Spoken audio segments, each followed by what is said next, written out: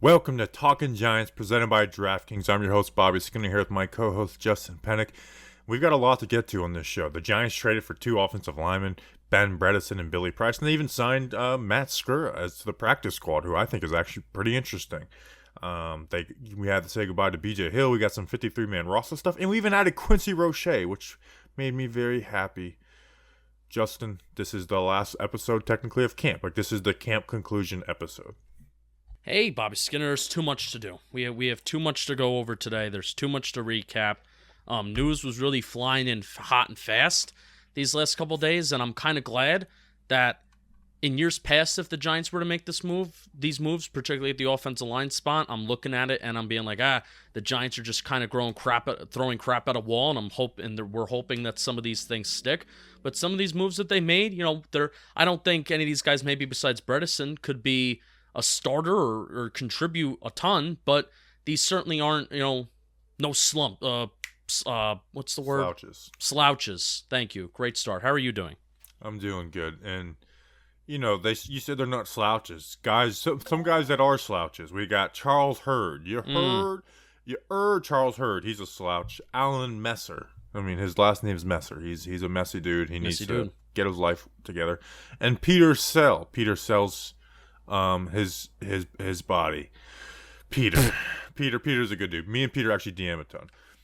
Justin, who are these messy slouches? I almost forgot the word too. It's tough. I mean, I'm just boiling off. I'm terrible with words tonight. This is going to be a common theme. These messy people went to patreon.com/talkinggiants. $2 a month. You get to hang out with us as we record the shows live and get to watch us be overwhelmed with words as it happens. Patreon.com/talkinggiants. You want to be there next Sunday when the Giants win and they go 1-0 at 9, 10 o'clock. We're going to record. You want to be there when we're 1-0 and you want to react and you want to celebrate with us. So thank you to our patrons. It's going to be beautiful. All right, let's get into it. Yeah.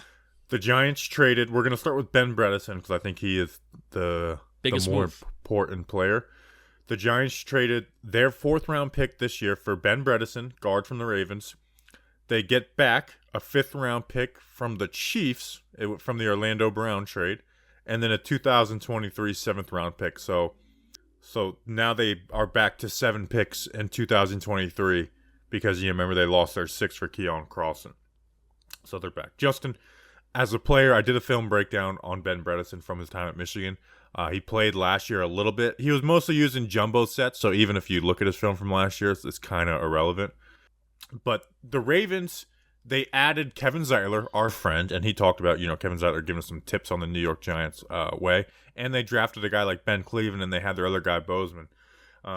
So they are a team where you can trade for one of their guards and okay, maybe this guy is good. And he did have a good preseason. I watched a little bit of it, and it seemed like he fixed some of his mistakes. But that is preseason, so I'm going to just talk about him as he was as a 4th-round pick in 2020 out of Michigan.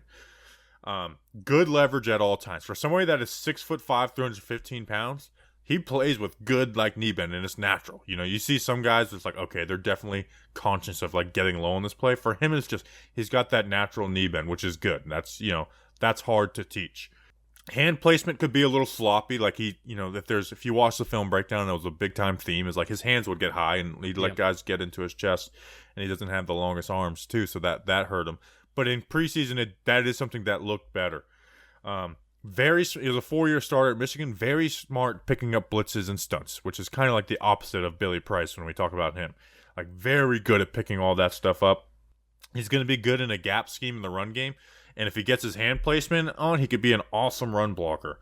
And he's a very chippy player. I know you talk about Matt Parrott get a little mean. You don't got to tell Bredesen that. He finishes plays. He has a lot of nasty Nick Gates in him. As far as comparative wise to a healthy Shane Lemieux, I probably would say Shane Lemieux is the better run blocker. I thought Shane was a good run blocker as a rookie. Pass blocking, I definitely give the advantage to Bredesen. And Justin, with this news from Dan Duggan that Shane Lemieux has a partially torn patellar tendon, even if Shane Lemieux is fully healthy, I might be calling for Bredesen to start. But I think Bredesen should be the starting left guard. Yeah, I like how he moves, particularly in the pass game. Picking up those stunts, it doesn't really look like his feet are stuck in cement, which can be a problem for a lot of young players of, their body and their eyes are moving faster than their feet. Doesn't seem to be the problem with Bredesen. I think he was even a former tackle at some point too. I was reading that by our guy Dan Benton. Don't know when that actually happened, but positional versatility. He's not going to be a tackle in the NFL. But yeah, this is the move that is the most important that the Giants did make, and I'm still predicting that the Giants are going to start Shane Lemieux until he actually can't start anymore. And I think because the Giants have kind of made their bed and they're kind of lying in it with Shane Lemieux, but they don't have to at this point because they have a guy like Bredesen who, unlike Kenny Wiggins, unlike Ted Larson, where we're panicking if they're starting, we're not panicking if Bredesen is kind of starting from day one. Obviously, he's got to cram the scheme and he's going to cram everything that the Giants offense is going to do. But hey, join the party. The Giants already are going to have 4 other players that are going to be playing for the first time this summer in Saquon, Kenny Golladay, Kadarius Toney, and Kyle Rudolph. So join the party. Let's make it half the offense is playing for the first time next Sunday. Yeah, I mean, he's at practice. Billy Price isn't. He's not going to be out there till next week. The Giants are done. They got the weekend off. Yeah. And we're taking Price the weekend off too. Price is going through the COVID protocol, and that's probably, so I mean, obviously you can not assume, vaxxed. Yeah, you can assume that he hasn't been vaccinated with that information. I mean, Bredesen was traded a day after him. If Shane Lemieux was fully healthy, and because I also I don't have faith in Shane Lemieux, but I also think Shane Lemieux could get better and be a good starting guard in the NFL. I don't think he's ever going to be a great pass blocker. But I thought he could be adequate and a good run blocker. So I kind of feel bad for Shane because I was excited to see what Shane was. My worry this offseason was much more in Matt Peart than it was Shane Lemieux. Part of that is because of the positions they play. But I was excited to see what Shane Lemieux is. But if he's gonna be battling this injury, it's just gonna be hard for him to get better. And playing through that. I don't know the details of how hard it is to play through those types of injuries, but that sucks for him. But I am pretty firm right now in Ben Bredesen should start. If Shane Lemieux is battling this injury, he's basically missed the entire camp. He's missed all of camp. But it was the 3rd or 4th day that Shane Lemieux was hurt. Ben Bredesen, and I know he's been practicing, sprinkling in here and there, but it's he hasn't played at all in the preseason, and live reps.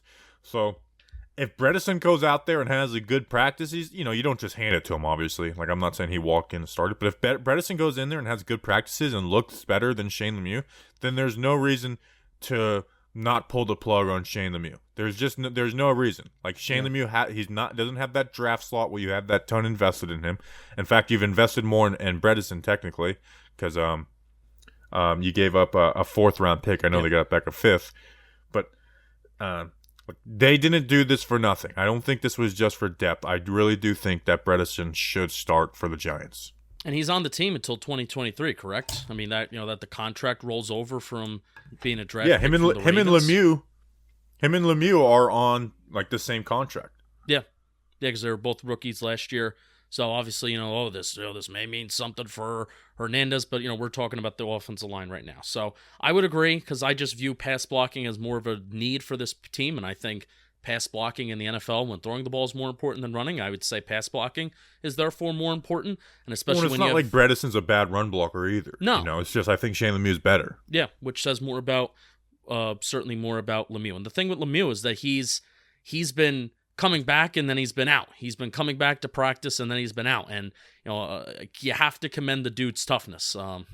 Patella tendon certainly doesn't sound like fun to play through, but I do agree that Bredesen, once he gets acclimated to the system, and that may be what it comes down to, Bobby, is how much can he get acclimated to the system, get comfortable with the system, and they're not going to be practicing in pads that much more for the remainder of camp. Today is pretty much, Monday is pretty much the Monday. There you go. Good job, Justin. Friday is pretty much the closing of camp. Thursday was pretty much closing of camp, and we're kind of coming to game time, and the next week is gonna be pretty slow. Yeah, I mean, Monday was, they last day with 90 guys. Tuesday, it's their practices they're going through. This week is the conclusion of camp, so next week is game prep. So like I said, I don't think they're gonna. If I were to bet, I think Shane Lemieux does start week 1. Because there's not going to be a ton of competition in next week's practice. It's you're not doing starters versus start. Next week, You don't see the starters versus starters in 11 on 11. Again, for the rest of the season, you'll see them on 7 on 7 drills and then O-line, D-line, and 1-on-1 drills. But you won't see the Giants starting offense and starting defense playing against each other until next training camp. Yep. You know, it's like now it's versus the scout team going forward. That's who you're practicing against because they are game planning for the next opponent. So, moral of the story, if Lemieux is healthy, somewhat healthy, and cleared to play week 1, Lemieux starts. And if he's not, then obviously Bredesen's in. That's the moral of the story. Yeah. At least our opinion. So I really like this trade. The next trade I liked. I'm not going to say I really liked it, but it's this next trade is a smart trade when you include all factors. I think it has less to do with just Billy Price. The Giants traded for Bengals center Billy Price. What they traded away was B.J. Hill and a conditional 7th round pick, which the conditions on the 7th round pick haven't came out. I would love to know them. Anyways, I'm sure one of our listeners does know them, so tweet at us in the morning what the conditions of the 7th round pick are. So I will talk about Billy Price as a player, and then we'll talk about the departure of B.J. Hill and why this trade makes sense. Billy Price, 2018 first rounder out of Ohio State, and he's had a bad career. Like I don't think Billy Price is a good player right now. In fact, I think he's probably going to be a little closer to Skura than maybe than a Bredesen. But he's had a tough career and a bad career. Like he's tore his pec at the combine his rookie season, so he comes back, has a foot injury. Next year has plantar fasciitis, then has a back injury. So he played 10 games his rookie year, 8 games his second year, both the injuries. And then last season he only played 1 game. He was healthy the whole year, but he was a backup. And even if I never watched the guy, if a guy in his 3rd year is a first-round pick and is a backup on a bad Bengals team, that's a bad sign. Yeah. That's a bad sign, you know. And he played 1 game. He played 1 game as a starter, and then he played like 24 reps in reserve in the last game of the season. But he didn't look good in that game. But here's what he did look good at. He is strong as hell. That's why he was drafted in the 1st round. He's not like super fast or athletic, but for a center, he's got good athleticism. But he is strong as hell. He moves dudes off the ball and pancakes them. Like it's fun. Like it was good. But at the same time with that, he would sometimes let guys slide off him. Can you hear that motorcycle? Yeah. What's up, Mr. Motorcycle? Motorin'. I saw a really bad motorcycle wreck the other day. Ooh. I was coming home from the beach, and it was like 6 lanes, and there's a middle lane, and these people are trying to let these people come across the street. But it's like, you got to stop all traffic. You shouldn't be doing that. So these people are blindly turning, and I see him like, oh my God. And I see the motorcycle. I was like, and for like a good 2 seconds, I'm like, they're going to wreck. Bam! Lady wrecked. I got her a wet towel because I'm a good guy because she was burning. You are a good guy. But I felt so bad because like I just saw that wreck happening. But anyways, hopefully you don't wreck Mr. Motorcycle. But speaking of motorcycles, this guy moves guys off the ball. There you go. Really got just thrown off my game there. So in the run game, in the pass game, he gets beat a lot, and he misses assignments. You know, and he started 1 game last year in reserve versus the Titans. And I will say that 1 game was worse than any Nick Gates game from 2020. It was. You know, which I think his worst game was week 1 versus Pittsburgh. So maybe you could give him the excuse of like, well, it was the only game he got to play. Couldn't really get warmed up. You know, maybe it wasn't expecting to play that week, but he did. And he just didn't look good as a pass blocker. He has short arms. He was getting beat, wasn't playing the full man correctly, and just missing assignments. I talked with the Bengals guy, though, and he partly said, like, well, the right guard was playing the first time that week, too, and supposedly Billy Price was, like, having to tell him what to do on every play, and maybe that had something to do with blitz pickup. But nonetheless, he wasn't a good pass blocker, so he missed blitzes. But, again, he is a strong-ass dude. You're not going to bull rush him. So if you were asking me who's a better run blocker day 1, I would say Billy Price, but the pass blocking, there's too big of a gap. Justin, and you're comparing that to Nick Gates, right? No, to Bredesen. Oh, to Bredesen. Got it. Yeah. Okay. And so he got benched on a bad team. Brandon Thorne, who's like, you know, one of my favorite O-line guys, he kind of said something like, man, people that judge this guy just on PFF, which I get. I hate PFF grades. And then, so a lot of people, like, it started getting quote tweet crazy. People being like, this, you know, Brandon Thorne says he's really good. And, you know, he played really good in the second half of last season in the preseason. Granted, I will say he did look good in the preseason.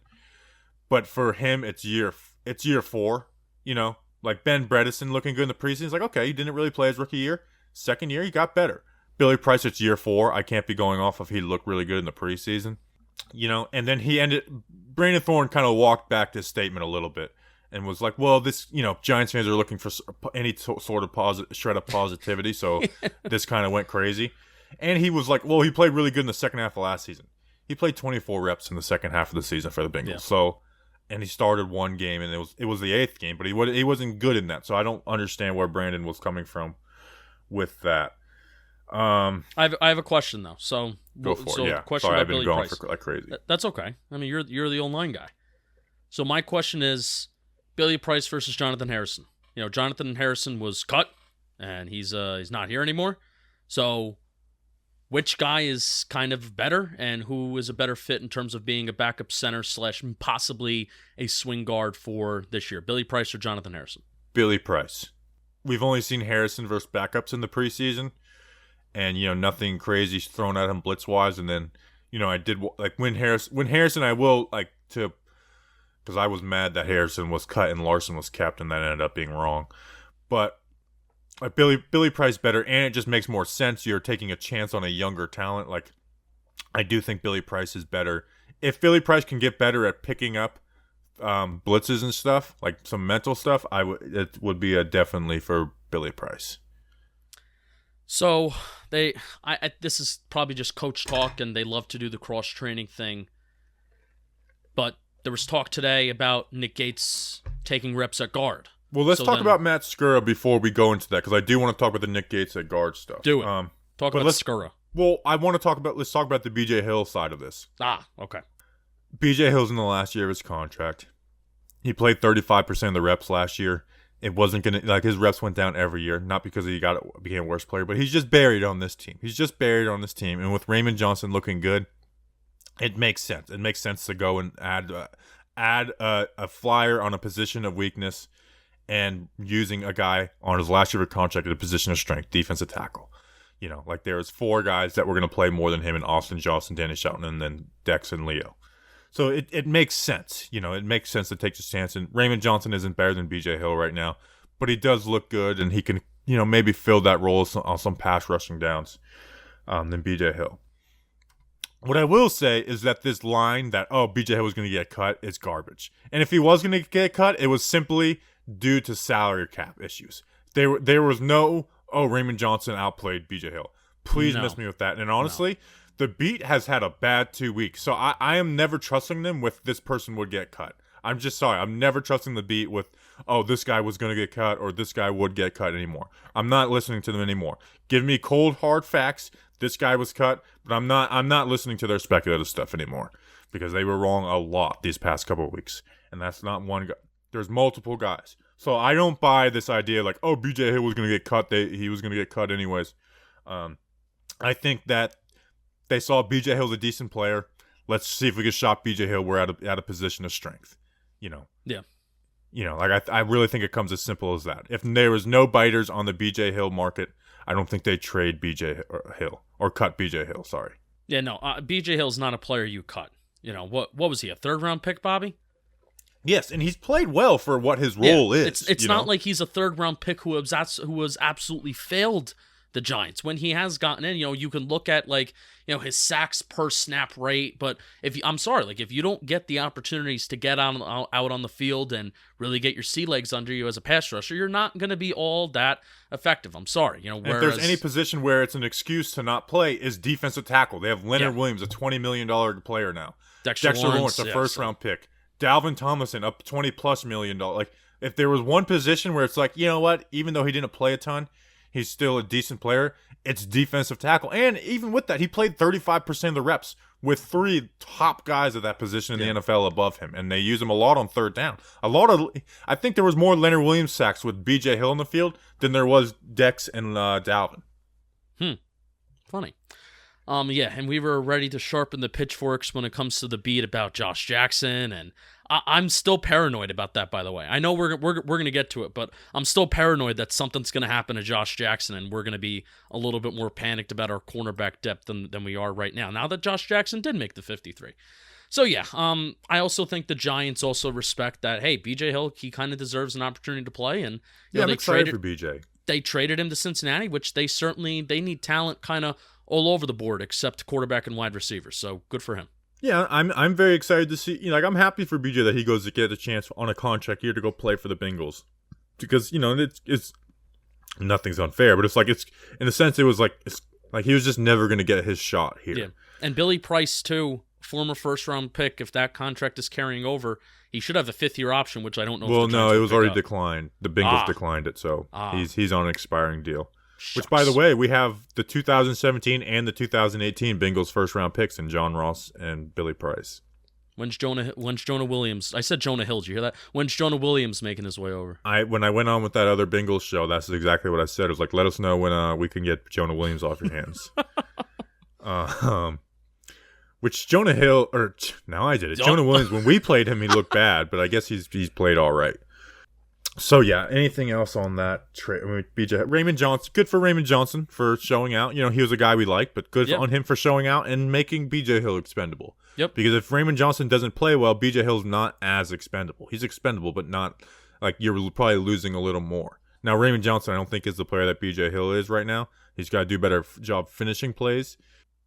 He's got to get better in the run game. He's got to get stronger. I mean, that BJ Hill was pretty strong, and he was also a good pass rusher. Raymond Johnson, I still think even with BJ Hill being traded, and then there's one less guy in the interior D-line room, I think there's a chance that Raymond Johnson's like the R.J. McIntosh of the last 2 years where he's a healthy scratch, as long as nobody else gets hurt. Yeah, they definitely wanted to keep him around. And, teams talk, the Jets, the Browns. I mean, the Browns probably are looking for backup defensive line talent. Like their backup defensive line was really bad. Yeah. Hell, our backup offensive line looked good against it, so that should say something. Very slow. So Raymond Johnson could have been a guy that they were like, hey, let's try and snag this guy if they end up moving on from him. So O-line talk is back, but the NFL is back, and DraftKings Sportsbook, an official sports betting partner of the NFL, is giving all new players a can't-miss offer for Week 1. Bet just $1 on any NFL game during the first week of the season and receive $200 in free bets instantly, no matter what. Take advantage of this limited time offer now. You heard DraftKings is giving away all new players $200 in free bets instantly when you place a bet of $1 or more on any Week 1 game. Head to the DraftKings Sportsbook app now to check out all the great promotions and daily odds. Plus, you can make every game a big game with same-game parlays. Woo! Download the DraftKings Sportsbook app now and use promo code JOHNBOY to receive $200 in free bets when you place a $1 bet on any Week 1 game.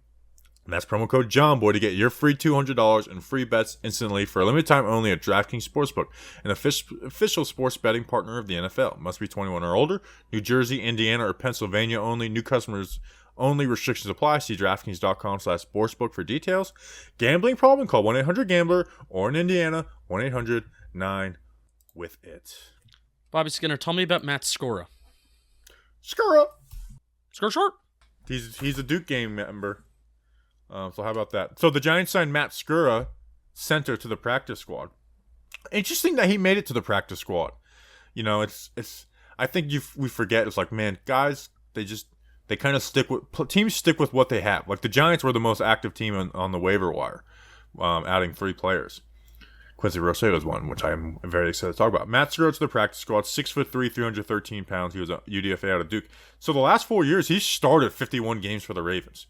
Started 51 games for the Ravens. Now, supposedly he's had a lot of bad snaps. I watched a little broadcast angle of him, NFL Game Pass. The season's coming around. Could we get the All-22 back? That would be really nice. So, here's what I noticed from him. He's not going to move people off the ball like a Billy Price, Ben Bredesen was, but he doesn't make a ton of mistakes. You know what I'm saying? And he's got decent enough athleticism to get to the second level. And, he started 51 games for a really good Ravens team. The Ravens have been really good lately and, been able to be the best rushing team in the NFL. I get a lot of that as Lamar Jackson and scheme, but still, he was in that role. If he was signed to the active roster, Justin, I think we'd be talking a little bit more of Gates at guard because, this guy, at some point, he's going to have to be on the active roster because teams are going to be looking for him. Like it is. I am very surprised that Miami moved on from this guy. Like maybe he's been bad this year, but like he hasn't had a bad, horrible career. Like he's been a decent enough starter. Do we know if there's the same protections on practice squad players this year as there was last year with the COVID year and whatnot? Yeah, I'm pretty sure you can still do the protections on players. Yeah. So, was this the player that had a bunch of protections that we were going through yesterday?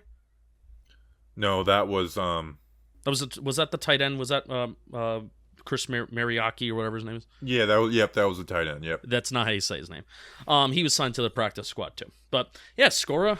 So who's a better player, Skora or Billy Price? Price. Actually, because I'm interested. Why is it that we're talking about Gates possibly going to guard? Like, I'm not hypothetical. Why is it, maybe a preference that we prefer Gates to go to guard when Skora's at center, but not Price at center than Gates guard? It depends on what you're looking at. If you're looking for a guy who makes less mistakes, if you're not including snapping the ball, it's Skura. From the little bit of I watched from him. But he's never going to be able to move guys in the run game the way Billy Price can. Yeah. How bad of a problem is it him snapping the ball? I don't know. Supposedly, he was really bad. Like, he was really bad, like multiple times in games. Was he just scraping it on the floor, or is he 5 yards above the head? Know, honestly, I wish if someone could get a compilation of all those bad snaps, I would love to see them. There you go. So yeah, like he's not going to move people off the ball, but he doesn't make mistakes. Works angles well in the pass game. He does a decent enough job. His numbers aren't bad as a pass blocker either. Yeah. All right, so I'm the man full of questions today. We pretty much covered all the offensive line transactions. Now that we know where we are at the end of this week versus the end of last week, how do we feel about the offensive line depth and the offensive line group overall? Do we feel better or worse compared to last week? Better. I mean, guard was the panic spot because it's like, what's going to happen if Shane Lemieux doesn't play? Or God forbid Will Hernandez were to go down. Like we were absolutely screwed. Now I think not in a great position, but we feel a lot better about our backups than we did a week ago. I mean, Kenny Wiggins was a very real opportunity to start in a game at this time last week. Okay, yeah. Or Ted Larson, and that was disaster. That would have been horrible. That would have been just totally disgraceful for those guys to start in a game. And so now those guys shouldn't be starting in a game, and I feel better. I love how your talking point was to start the summer. The Giants' backups have more starts than the Giants' starting offensive line does, and now you look at the Giants' backups, and it's like, yeah, now it's a youth movement.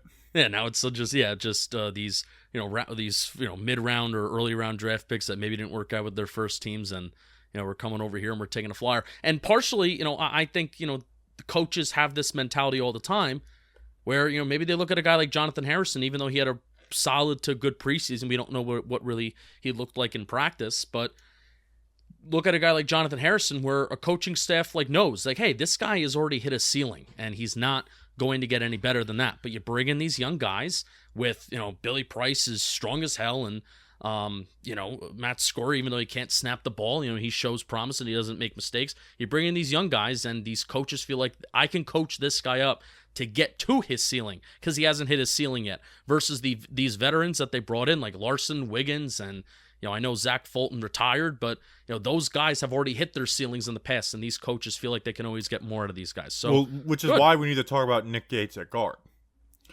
Now, he did practice at guard, and I guess they plan to do it a little more. This isn't training camp anymore. Cross-practicing at Gates at guard means you're thinking about it. Now, as of this moment, there is no plan for the New York Giants to move Nick Gates from center. As of this moment, there has been no plan discussed to move Nick Gates to guard, or at least not like okay, this is how we're going to execute this plan. But him practicing at guard means that they have thought about it, and I have been very big on keeping Gates as center, unless they bring in somebody that they believe has a future. But where I am totally against moving Gates to guard, it's like, okay, for this year, let's move him to guard for to get I didn't believe in just get the best 5 guys out there. I was like, no, if you're going to put someone at center, make sure you plan to have them at center going forward, and you have Nick Gates at guard going forward. But don't just do it just to all right, let's throw Jonathan Harrison at center and move Nick Gates to guard. No, I would just rather put Johnson Harrison at guard, keep Nick Gates at center. Like I didn't want to do that for stopgap. If they truly believe on moving forward with Billy Price at center, then I'm okay with moving Gates to guard. But that's only if. And if they truly believe that, like, hey, this guy's going to be our starting center going forward, like that's the only way. Now, don't do it for a stopgap. I don't even care if Gates wants to move the guard. Don't use it as don't do it as a stopgap. He's shown a decent control of that position. Don't do it as a stopgap. But if you truly believe, like, okay, this is how it's going to be going forward, then go for it. How about the rotation? Because I'm pretty sure they're gonna do the whole rotation thing at tackle again, with putting Nate Solder in at right tackle for Matt Parrott, and God willing, they don't do that with Solder and Thomas, but they may. Won't. I love people panicking. It's like about Andrew Thomas not like practicing today. It's like, oh my God, he's been benched. It's like he's missed a lot of practices this year. Yeah. But do you know what I'm getting at? Basically, like, hey, Bredesen takes reps at guard over Lemieux, or Gates moves to guard and they put Billy Price in. So that would be weird, moving Gates to guard for one series and putting Price in the center. I don't. It would. So yeah, all right. So that's your answer. It would be weird, but I don't know. Judge has gotten very unconventional with how he did his offensive line rotations last year, and because to me, Bobby, it doesn't make sense. Rotate them, but don't be moving guys over positions in game. Yeah, but then you're taking Gates off the field. I mean, that's the thing. Then don't take Gates off the field. And I agree with that. Then have Bredesen at left guard. And I agree with have him and Shane Lemieux rotate. Yeah. But, like, you know who they never rotated last year? Kevin Zeitler. Or Nick Gates. So don't do that this year either. Right. It's just weird that they're moving him, like, they're giving him snaps at guard, but then, again, what is the plan at center? I almost wish Bredesen would start snapping the ball. I almost feel better about that if he was able to snap the ball than Billy Price. Maybe that is something they're looking at because, like, Price isn't in the practice till next week, so It's not like they're trying to see how it works with them together. So maybe Bredesen is being looked at center. We don't know. Yeah.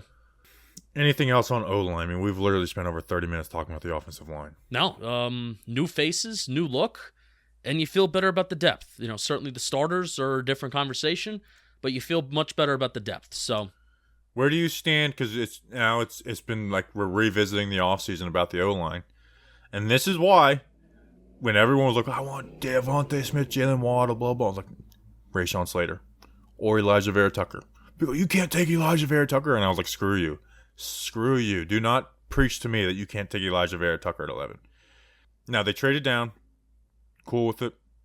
Hopefully it works out. But my whole argument was don't complain. Like, drafting someone, Trey Smith would have been different because he's been healthy so far. So we can look, we won it. In the 6th round, me and you were like, who do you want drafted? We were both Trey Smith, live on air. So that's a different scenario for a 6th round pick. I don't know. Maybe tomorrow his health goes to crap. I don't know. But my issue was never like, I wanted them to address offensive line early in the draft. Yeah. I mean, as soon as they signed Kenny Galladay, the second they signed Kenny Galladay, mine was like, okay, Rashawn Slater. Or I was even okay with them if they wanted to trade up, not some, a Bears trade up, but it's like if they want to trade up and get Penei Sewell, you ain't gonna hear me complaining. Or even just they traded up to get Aaron Robinson, trade up and get Ben Cleveland. If they felt that may have been a possibility, Ben Cleveland went to the Ravens. Day 1, day 2 it would have been addressing would have been helping the O-line this year. Day 3, I don't view it as that. Like I do believe in day 3, I do truly believe in best player available. Yeah. Now, I think there was some other best players available over Gary Brightwell, but that's a conversation for a different day. So are you asking me where do I stand on trading down to 20? Are you pissed off that they didn't do anything, or it's just kind of like they have their guys and they trusted them? Yeah, they have their guys and they trust them. It's a matter of, okay, well, if you took Slater, what position is Slater playing right now, Bobby? Right tackle, probably. He's a better tackle than he is. I think he's a better NFL left. He's a better NFL tackle than he is guard. I think he would be great at guard, but just watching what he did at Northwestern, it's like this dude's a tackle. He's not. I don't really. Yeah, that's why I said right tackle. Yeah, no, but I'm saying that. Well, if he was drafted for the Giants, he would be. Wouldn't he be playing guard? Not necessarily. I mean, when we were talking about him in the draft, my talking point was, if Matt Parrott looks good, like if. The problem is they believe in Matt Parrott more than we do. Yeah. And that's the reality. And that's how I am putting my head down to sleep right now, is that they believe in Shane Lemieux as a guy who can be a 5th-round steal. They already got their guy in Gates, and Hernandez is here, and Parrott, they believe in Parrott as a 3rd-round pick. I know it was a compensatory pick, so basically almost can be a 4th-round pick, but they believe in that guy as a 3rd-round pick. And also, another year where the O-line could be a question mark, but I still do prefer getting the extra 1st-round pick for next year. I do. And that guy can be Neal, the tackle from Alabama, and then we can maybe even get an elite pass rusher, which there seems to be a few in next year's draft too. So obviously not including the quarterback conversation. So that's where I am in terms of feelings of next year and looking at next year's draft. Is I'm excited having that extra 1st-round pick. Yeah, I mean, like, we have 2 first-round picks. I did a mock draft the other day. It was Evan Neal and Kenyon Green, the guard out of Texas A&M, who's playing tackle this year. Seriously. So, and I want you people to know where I stood in the draft, because we have a lot of new people. And here's my tweet on the night before the draft. Assuming 3 QBs and Pitts going top 10, this is my 10-man big board for the Giants at 11. Number 1, Penei Sewell. Number 2, Jamar Chase. So a little hypocritical, but I love Jamar. 3, Rashawn Slater. 4, Elijah Vera-Tucker. Waddle 5, Devontae Smith 6, Parsons 7, Kwity Paye 8, Jalen Phillips 9, and JOK 10. So, I wanted to address the O-line, but I'm Parrott scares me. Parrott scares me, and I know Thomas had a bad preseason game, but even if you didn't believe in Thomas, like, you have to start him at left tackle no matter what. Yeah. Okay, there's no other option. If Andrew Thomas fits the bill as being the number 4 pick in last year's draft, and he fits what we're expecting him to be this year, then I think the rest of the line can hopefully fall into place. And you shouldn't panic. People shouldn't panic at Thomas's preseason game, by the way. You can feel less confident. I feel less confident than I did before, but you shouldn't be panicking at that preseason game. Yeah. All right, Justin, read the ad, and then we'll talk about Quincy Roche and the other waiver claims. Yeah. All right. So today's episode is also sponsored by Sports Management Worldwide. They are the global leaders in online sports business education. They teach people how to work on the business side of sports. All their classes are taught by industry professionals. Your mentors have been in the game you want to work in and done the jobs you want to do. If you want to be an agent, you want to be a scout, you want to work in the front office, you want to work with film, with digital video editing tools like XOS Thunder, used by all 32 teams. Would be nice to have all 22 film, Bobby, like you said. Learn from people like former Tampa Bay GM Mark Dominic, football analytics gurus Aaron Schatz, and Mike Trainer, Football Outsiders. Love my Football Outsiders, guys. Excited to be checking that website every Monday, Tuesday, Wednesday, Thursday, Friday, coming up in a couple weeks. Learn from player development from former NFL coach Steve Fairchild. They may not be able to teach Danny Dimes. Oh, man, I'm going to say this line. They keep on throwing the Danny Dimes not being able to finish the 80-yard run against the Eagles. We scored that drive. They may not be able to teach Danny Dimes how to finish all of his 80-yard runs against the Eagles, but they could teach you to work in football. Apply free at smww.com and use the discount code GIANTS for $50 off the course of your choice. They offer courses in football, basketball, baseball, soccer, and more. If you have always dreamed of a job of working in sports, Sports Management Worldwide can help you. From sports betting to esports, sports broadcasting, they have the what you know and who you know, which I'll tell you right now, who you know is kind of a lot more important than what you know, and they seem to have disagree. People... Oh, disagree. Let's debate. It's important, but I think it's the what you know that's more important than the who you know. Well, they have both elements, SMWW does, to get you into the game that you love. Again, that's smww.com. Use the discount code GIANTS for $50 off the course of your choice. Thank you to Sports Management Worldwide. All right, the Giants claimed Quincy Roche from the Steelers, Colin Johnson from the Jags, and Justin Hilliard from the 49ers. And we're going to start with Quincy Roche because we've been talking about Quincy Roche for over a year. Like in our way too early 2021 draft preview that we did last June or July or whatever it was. Yeah, Quincy Roche was on there, and at that time he was transferring from Temple to Miami. So we liked him from that. I liked his Miami stuff. He had a really good Senior Bowl when I was down in Alabama. He really impressed, and I was keeping an eye on him when I was going down there anyways.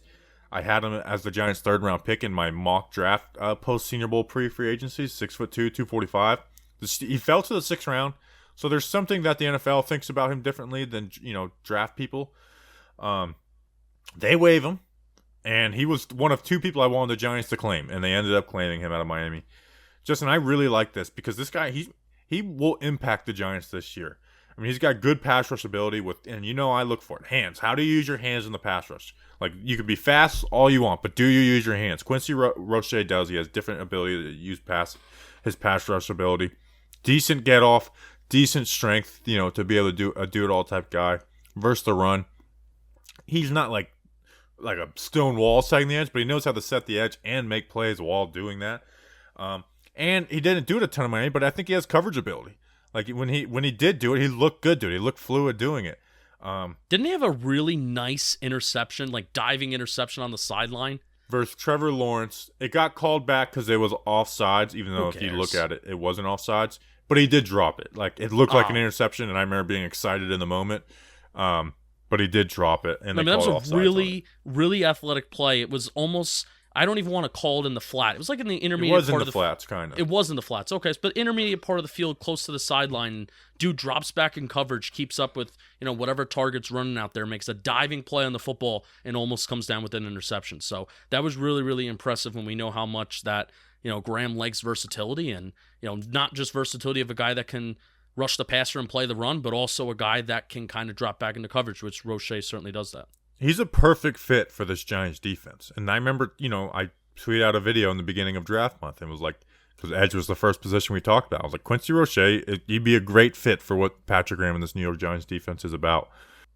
And so Carter and Ojulari are going to be the top two edge guys, right? Simple. Yes. Third right now would be O'Shane Ximines. But O'Shane Ximines isn't a great set in the, setting the edge in the run. No. He doesn't really, they've dropped him back in the coverage, but he didn't have any experience really doing that at Old Dominion. He didn't do it at all his rookie season. And he didn't really do it a lot last year either, so. If Roche can be close, even just close to what O'Shane is as a pass rusher, Roche should start or should play over O'Shane. Like, I think Roche is going to get minutes he's getting minutes. What am I talking about? Basketball? Basketball. He's going to get reps this year. Yeah, so we prefer him as a player and a player/prospect than Ellerson Smith, and that was before the draft, right? Yeah, Ellerson Smith is a higher ceiling player, but if you told me tomorrow who's going to play, Roche every day of the week. Yeah, and Ellerson Smith has not been put on an IR. He has been put on an IR. Yes, no, Ellerson wasn't put on IR. Aaron Robinson and John Ross did. Got it. Okay, so Ellerson's somehow here, even though he hasn't So he may be a healthy scratch to start off the year. I don't know. I'm just speculating because he just hasn't even put on pads once this training camp. So it's kind of odd that he wasn't on IR. Maybe he's getting healthy and he's getting back. And then obviously Trent Harris was a guy that made the team initially, and now he's on the practice squad. He was released, made to the practice squad, and I think we even prefer Quincy Roche over Trent Harris too. Yes. Yep, right. Definitely. So cool. I mean, and now a lot of people are probably listening to this saying, well, you're so high on this guy, but why did he drop to the 6th round and why did the Steelers cut him? So at least, we can't answer the element of why he got dropped to the 6th round, but, in your informed opinion, Bobby, why did the Steelers cut him? Well, I was reading some Steelers stuff. Essentially, they have TJ Watt. Hightower. Not Hightower. You're thinking Melvin Ingram, who had a good preseason. Who's their other edge guy? I think it's Hightower. Oh, Highsmith. Alex Highsmith. Alex Highsmith. Sorry. Who they drafted last year out of Charlotte. A guy that you liked a lot. Yeah. And then supposedly the fourth guy they kept, who was also a rookie, was is supposed to lead them in special teams or whatnot. And I guess they were trying to slip him on. So, but he had a good preseason. I posted a clip of him getting a sack versus the Cowboys. He had another half sack, some tackles for losses. So, and Steelers fans are kind of mad that he's the Giants ended up picking him up. So I can't speak for why they moved on from him, but I'm the Giants in a weak outside linebacker room. He's going. I really truly think he's going to play. Yeah, I agree. And kind of a theme of this episode, when you look at these waiver wire moves, well, it's how long is this guy going to be here? He's here for 4 years. He was drafted. Rookie contract. This is an extra. This is another draft pick. Yeah, he was a waiver claim, and hey, replace Gary Brightwell and Quincy Roche in the 6th round. How do you like that? That's a pretty complete draft. We're thrilled. If we got Quincy Roche in the 6th round, I would have been fist pumping bam, bam, bam, bam, bam. I would have been going nuts if we got him in the 6th round. We basically did. How do you like that? So how about that? So Quincy Roche, go watch the film breakdown. How about that? Other two ones, we'll go quickly through them. Colin Johnson, wide receiver, was with the Jags, a 2020 5th-round pick out of Texas. 6'6", 222 pounds. Oof. Justin, he had 18 catches, 272 yards, and 2 touchdowns in his rookie year, playing only 23% of the snaps with a bad offense in the Jags. He actually caught a nice touchdown from Mike Glennon, by the way. Yeah, caught a few passes from Mike Glennon. Yeah, so what I watched from him is he is like a big play threat, but he's not a intermediate short or he had like no like 5-yard catches. He just didn't. But hey, he's a big play threat, and let's talk about it. He's an all or nothing receiver, 15 yards per catch. So right now, the wide receivers: Galladay, Shepard, Slayton, Toney. He's probably the 5th guy to play on the roster because Ross is put on IR. Board's a special teamer. Colin Johnson right now is probably the 5th wide receiver on the depth chart right now. I think Board would still get those boring reps over Johnson. And if they view Johnson as like this situational player, which I wish they did this with Austin Mack last year, but they never really did it. I'm like, hey, just go up and get the ball. I mean, Johnson may be more suited than that than Austin Mack, and I wouldn't have been comfortable with Mack doing that. Yeah, so I may be giving Austin Mack a little bit more credit than he deserves. But, go check out the 2 catches that impressed me the most. Go check out the 2 catches that was against the Minnesota Vikings last year. So, those were insane. Yeah, those were really good catches. So cool. Take a chance with some talent. I mean, he was a 5th rounder 2020. If we draft him in the 5th round 2020, we'd be excited about him. And odds are when John Ross comes back, he may be on the chopping block anyway. Don't say that. Justin Hilliard, 6th-round pick out of the 49ers, led them in tackles in the preseason. So I watched his film at Ohio State. He played that role that I hate in college football, and it's like that split linebacker who plays between the slot and the line of scrimmage. Everybody, I feel like Ohio State had, like, older linebackers did that. So who was, like, the middle linebacker? Pete Werner. Hilliard did it a ton. Browning did it a little bit. So I watched his games versus Alabama and Clemson, and he just didn't do anything for me. Like, I guess maybe he's a special teams guy, but I don't see him playing over anybody on the inside or the outside linebacker, which I don't even know what he would be at this point, So he's on the team. He's here. Yeah, he's here. So he's here. I don't have much on him. All right, so that's the waiver claims. Let's clean up some roster stuff. Josh Jackson, the cornerback, who they traded the guys. I mean, I had over a half page of notes on Josh Jackson being cut because I was told like this guy's getting cut. Like don't he like I was made to feel dumb for being like, why would they cut Josh Jackson? And I ranted to you about it. I ranted to the football grump about it. I was like, this makes no sense. Why would they do that? So again, I'm not trusting the beat on any more speculative stuff anymore during camp. Next year, it's like, oh, this guy will get cut. I'm not believing you anymore. Sorry. I'm happy he's here. Me too. I'm still paranoid because, I mean, some of the guys on the beat that were saying this are usually not wrong, and they're usually pretty well informed. And we're not gonna name any names. We don't want to do that, but it was all of them, Justin. It wasn't like it was one person. I asked every single one who I'm comfortable just reaching out and asking a question, and they all said, yeah, he's going to get cut. Every single one of them. I'm still paranoid, and that's exactly why. I'm still paranoid that can you imagine? So here's another note that we have to get to. Can you imagine if he's cut for Nate Ebner? Cullen Gillespie will be cut for Nate Ebner. God willing. From your lips. Brett Favre'd us. Nate Ebner? He skipped all the camp. He Michael Strahan does. Which I actually want to talk about Michael Strahan getting his jersey retired versus the Eagles. You're going to be at that game. So let's cover some quick. Ifedi was cut. We both agreed with that. Even if they never got Quincy over Trent Harris, Ifedi just had a bad preseason. He didn't look good at the outside linebacker role. He has no coverage ability. He's not that good against the run, and he wasn't doing anything. I was all for. I honestly, I would have been a little more disappointed if they didn't cut Ifedi, to be honest. Don't listen to my Ifedi over O'Shane takes from the PPP or from the summer. Don't listen to it. Oh, that's two PPP guys that got cut, Corey Clement and Ifedi. I never said any of those things about Ifedi, so don't listen to me. I'm buying that Marcus Golden jersey. Still the best 44 since Ahmad Bradshaw. Bam. I mean, there's not much competition. Andre Williams. Trying to think of who else. No, I think that might be it. Yeah. Bradshaw wore that 44 beautifully. Yeah, he did. I have a red Bradshaw jersey somewhere. I don't even know if he ever played a game in red, but I have it. Yeah, I don't think he did. Nope. I think they stopped it in 06 and he was drafted in 07. No, yeah. Did they play a red game in 07 with Dallas? I don't think they did.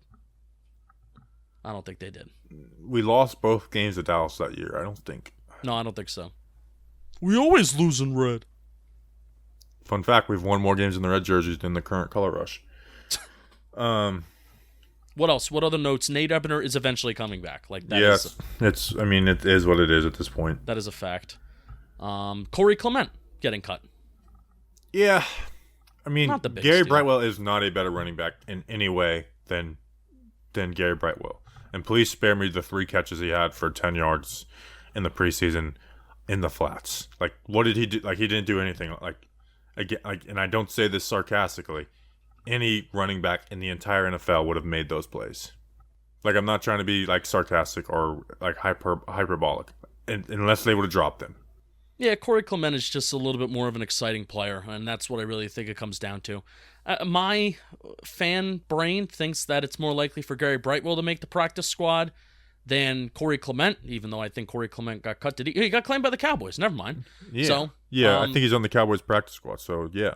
So I think it's more likely that Gary Brightwell would have cleared waivers and the Giants would have been able to scoop him back than Corey Clement, which I don't know if that was ever their plan, but hey, what do I know? So I would have preferred Clement, but that's just another note. Any other notes? I was actually kind of happy with how everything kind of played out. I don't have any big gripes with the 53-man roster. There was no pound the table. Maybe if they just flat out cut B.J. Hill for nothing, it's like a former 3rd-round pick of Dave Gettleman's first year, and I know they freed up $2 million, but you didn't get anything from them, so maybe that would have been a little bit of a. I wouldn't have been pounding. Yeah, there was the nothing to table. be mad about. Yeah. Like at the time, it was like they're keeping Ted Larson and cutting Jonathan Harrison. That would have been worthy, and then it's like, well, that's not true. They're cutting Ted Larson, right. And then they're trading for these 2 O-linemen. So David Sills made it to the practice squad. Yeah, as much as we love Sills and had fun with Sills, like I just can't be mad that he didn't make the roster. I'm sorry. Like, I just can't be. I want him to make the roster, but I can't be mad that he didn't make the roster. His preseason was good, but it wasn't like he wasn't like some balling out dominant preseason. No, I mean I feel like everybody was acting like he was Victor Cruz, and I'm like, we need to relax. Like I like him. I do like him. I want him to make the roster, but I knew he wasn't. I knew he wasn't going to. Just like I knew Ifeadi Odenigbo was going to have a better impact than O'Shane Ximines. I entered the source game. Yeah, I entered the source game. Matt Cole. I broke the news that he was being waived. Good for you. It got no traction. I mean, there was just too much going on during the day for me to get traction on that. It's really unfortunate that somebody else. I think you said half an hour before you. No, half a minute. Not half an a hour. minute. That wouldn't have. If half an hour, wouldn't have been even worth it. Oh. It's a shame because the goal one day is I want to see Matt Lombardo and Pat Leonard credit you on something. Which was so annoying. Pat Leonard was getting everything this week, and I was having to credit him from the Talking Giants account over and over and over again. It's like, can somebody else please break something? I'm tired of typing at Pat Leonard, whatever, his handle is. And I had to follow him. In fact, let me go unfollow him now that cut day is over. Wow. Stone cold. Speaking of stone cold. The only time I follow Pat Leonard is UDFA season and cut down season. There are 2 things that Patrick Graham and Jason Garrett said today that kind of made me happy, which is a shock to hear them. I'm surprised you're happy with what Jason Garrett said, because he almost praised the long drives that 2 of the 3 that didn't even score on. One was a missed field goal, granted. I'm going to tell you my reasoning. First of all, Patrick Graham said that he's miserable every day, which that made me laugh. No, the most brilliant people are miserable. That's Snacks' mentality. I'm pretty sure he has that. But he's an idiot. Well, Patrick Graham's not an idiot. No, maybe we're all idiots, and Snacks and Patrick Graham are the smartest people out there because they're miserable all the time, and that's why they're so great at what they do. So that's one. Patrick Graham said I'm miserable all the time, and I think it was within the context of something. I don't think he just randomly said that. However, it would have been funny. And then second of all, Jason Garrett mentioned explosive plays and scoring in the same thought. Not in the same sentence, but in the same thought. And that made me excited, and I'm blissfully ignorant of the context. So I'm going to pull up the quote. I'll pull up the quote. I have it right here. Never mind, I don't have the quote. Oh, yes, I do. I think we had 2 11-play drives in the game, preseason game, a 9-play drive. Those are positive things. But you and I both know we need to make some explosive plays. That's what leads to scoring. I don't really understand why. Like, are you going to play the quote? Yeah, I was trying to I was going to play it, but my mic was muted. But we also need to be efficient. We need to be able to mix it up, throw the ball quickly, get it out, make positive plays. I think we had 2 11-play drives in the game, a 9-play drive. Those are positive things. But you and I both know we need to make some explosive plays. That's what leads to scoring. So we have to find what that balance is. One of the 11-play drives was 35 yards in a punt, though. That's not a positive thing. Oh, yikes. Like he said, that's a positive thing. It's not a positive thing. I didn't have a... Now, granted, maybe it's because I'm expecting so little from Jason Garrett. I didn't have a problem with what he said. I was happy to hear that he acknowledged it.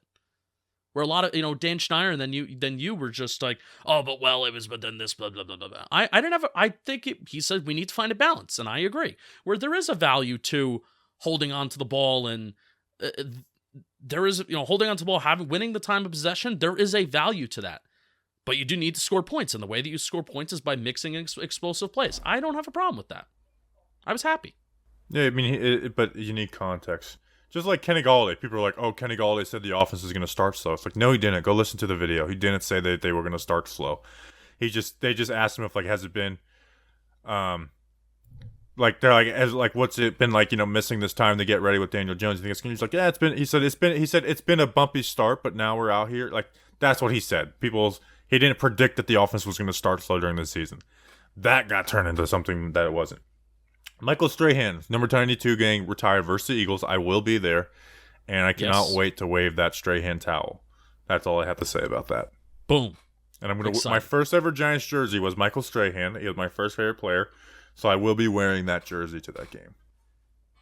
How old were you when you acquired the jersey? It's probably like 5th or 6th grade. And that still fits you. It will in a few weeks. I mean, remember, I was like 6'4" as a 6th grader, That's bizarre. Yeah. Like 6th grade, I grew from like 5'11" to like 6'4", which is nuts, but it's true. Bizarre. All right, so that's an episode. Whenever we finish off like a time period, I like to say thank you. Thank you guys for supporting, growing. There's new people that are involved, listening. I mean, player profiles and projections. We had an episode every single weekday for the last 6 weeks. 6 weeks there has been a Talking Giants episode in people's podcast feeds. And I know you guys are going to have to get used to not having that, but thank you for supporting us this training camp. It's been very fun. Appreciate you guys who have been along the way. Leave a 5-star rating review. I know asking listeners to do that at the end of the episode is the worst time you can do it, but please do it. Excited for the season. So here, I'll give you some schedule notes for going forward. Tuesday, we're going to have a mailbag episode. Friday will be our Broncos preview. Now, we play Thursday night. We play Thursday night in the second week. So what we'll have our game recap on Monday. We will do our Washington preview on Wednesday, so no mailbag. And then Friday will be the Washington recap. Then the following week will be a mailbag on Tuesday, and then the Falcons preview on Friday. But after that, it's Monday, Wednesday, Friday, every single week of the season. Monday is game recaps. Wednesday is game cleanup plus mailbag, and Friday our preview. So tell your friends. We appreciate you. Justin, any last words? Root for the guys in blue. I'm really starting to hate that phrase now. We appreciate you guys. We root for the guys in blue. And until then, wait, I just totally skipped to until then. That didn't make sense. We'll see you guys next week. Enjoy your final weekend off, because the next 5 months you will be busy every single Sunday. We appreciate you guys. Enjoy your weekend. Until then, let's go Big Blue.